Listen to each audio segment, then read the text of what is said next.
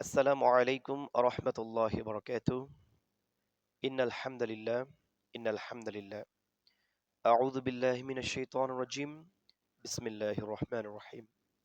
সম্মানিত দর্শক মণ্ডলী, বর্তমানে বাংলাদেশ সহ বিভিন্ন দেশে একটি হিন্দুত্ববাদী সংগঠনের নাম শোনা যাচ্ছে, যেটি হলো ইসকন।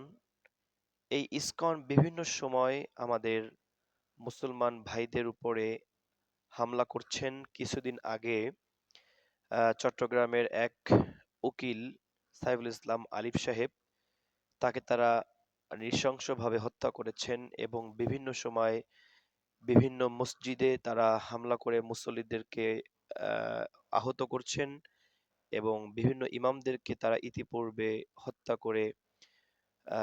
হত্যা করেছেন এবং বিভিন্ন মন্দিরে তারা স্থান গেড়েছেন এবং বিভিন্ন মন্দিরের যারা পুরোহিত মশাই রয়েছেন এদেরকে অত্যাচার করছেন, হামলা করছেন।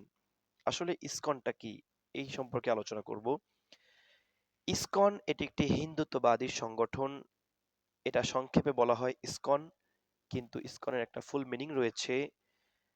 ফুল মিনিংটি হলো international society for Krishna consciousness, যাকে সংক্ষেপে আমরা ইসকন বলে থাকি। এই ইসকন আজ থেকে 58 বছর আগে অর্থাৎ 1966 সালের 13ই জুলাই আমেরিকার নিউ ইয়র্ক সিটিতে প্রথম এর অগ্রযাত্রা শুরু হয় এবং এর যেই প্রতিষ্ঠাতা, অর্থাৎ এই ইসকনের যিনি প্রতিষ্ঠাতা পরিচালক, তিনি হলেন একজন হিন্দু সনাতনী ঘরের সন্তান। তার নাম হলো অভয়চরণার বিন্দ ভক্তি বেদান্ত স্বামী প্রভুপাদ।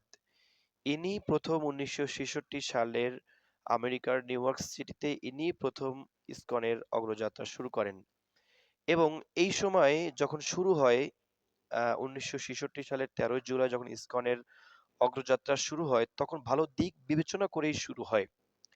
তখন ভালো দিক ছিল, ভালো কার্যক্রম যেগুলো ছিল সেগুলো হচ্ছে এদের মন্দির নির্মাণ, সনাতনী ভাইদের কাছে সনাতনী ভাইদের যেই আহ, ধর্মীয় গ্রন্থ, এই ধর্মীয় গ্রন্থ সনাতনী ভাইদের কাছে পৌঁছে দেয়া, এই ধর্মীয় গ্রন্থের বাণী হিন্দু ভাইদের কাছে পৌঁছে দেয়া এবং মন্দির নির্মাণ, মন্দিরের পুরোহিতদের জানমালের হেফাজত করা, মন্দিরের রক্ষণাবেক্ষণ করা, বিভিন্ন ভালো দিক বিবেচনা করে এই ইসকনটা তখন চালু ছিল।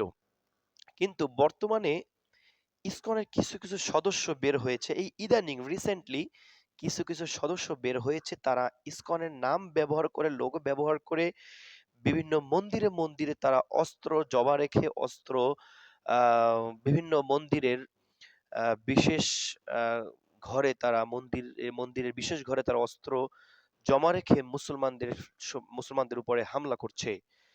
যদি কোনো হিন্দু ঠাকুর বা হিন্দু মন্দিরের পুরোহিত তারা যদি বাধা দেয়, তাদেরকেও অত্যাচার করছে, তাদেরকেও কতল করছে। সম্মানিত হাজিরিন, এখন আমাদের কি উপায়? আমাদের উপায় হচ্ছে এই এই ইসকন যাতে আমাদের দেশে, আমাদের রাষ্ট্রে, আমাদের কোনো গ্রামে যেন ইসকন যাতে স্থান গেড়ে না বসতে পারে, সেইভাবে আমাদেরকে সোচ্চার আওয়াজ তুলতে হবে। যদি ইসকনের সাথে যুদ্ধ করতে হয়, আমাদেরকে যুদ্ধ করতে হবে। ইসকনকে সারা বাংলাদেশ থেকে ইসকনকে হটাতে হবে। এটাই হচ্ছে বর্তমান মুসলমানদের কাছে, এই বর্তমান কাজ হলো মুসলমানদের এটাই, যে ইসকনকে বাংলাদেশ থেকে হটাতে হবে। বাংলাদেশের মুসলমান যারা রয়েছেন, আপনাদের কাজ হলো বাংলাদেশ থেকে ইসকনকে হটাতে হবে।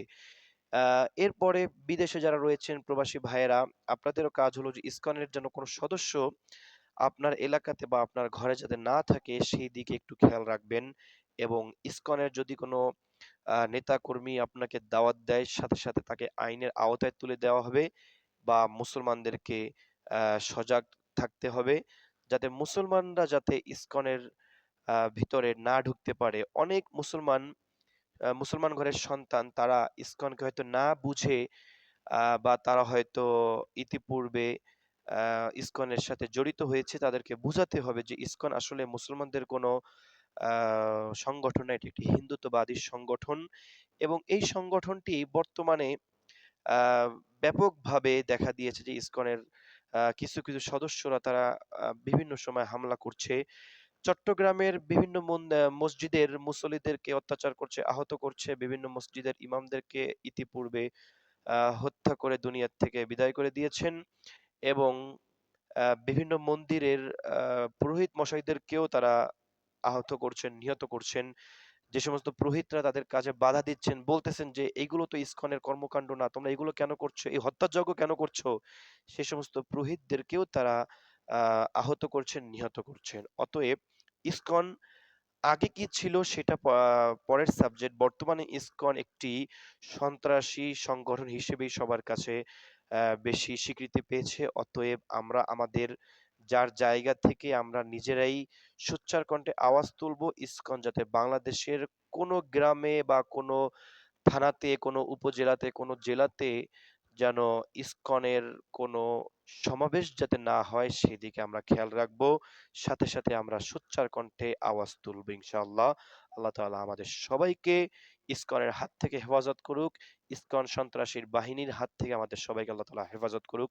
সকলেই বলি আমিন। আসসালামু আলাইকুম ওয়া রাহমাতুল্লাহি ওয়া বারাকাতুহু।